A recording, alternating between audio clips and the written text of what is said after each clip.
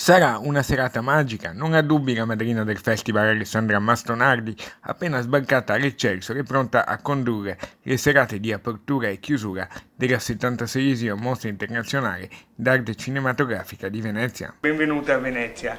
Domani che serata sarà? Grazie per il benvenuto intanto. Domani sarà una serata impegnativa, magica. Spero che io non sarò eccessivamente emozionata, altrimenti mi ballerà la voce tutto il tempo e sarà un problema. Racconta cosa ha provato quando il direttore del festival, Alberto Barbera, le ha proposto il ruolo di madrina. Una scarica di adrenalina infinita. È durata per 24 ore, poi ho realizzato e ho cominciato ad avere paura.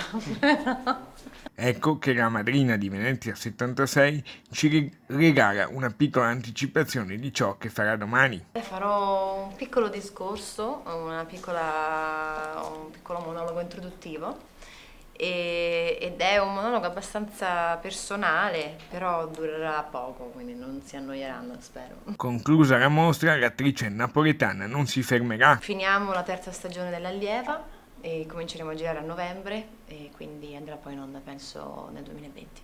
e alle giovani che sognano di diventare un giorno attrici come lei regala un consiglio da non dimenticare. Io sono una ragazza che ha studiato sul set e vorrei consigliare di avere delle grandi spalle, di farsi una grande e forte armatura per non subire le delusioni che questo mestiere porta dietro con sé, oltre alle cose belle che ti dà.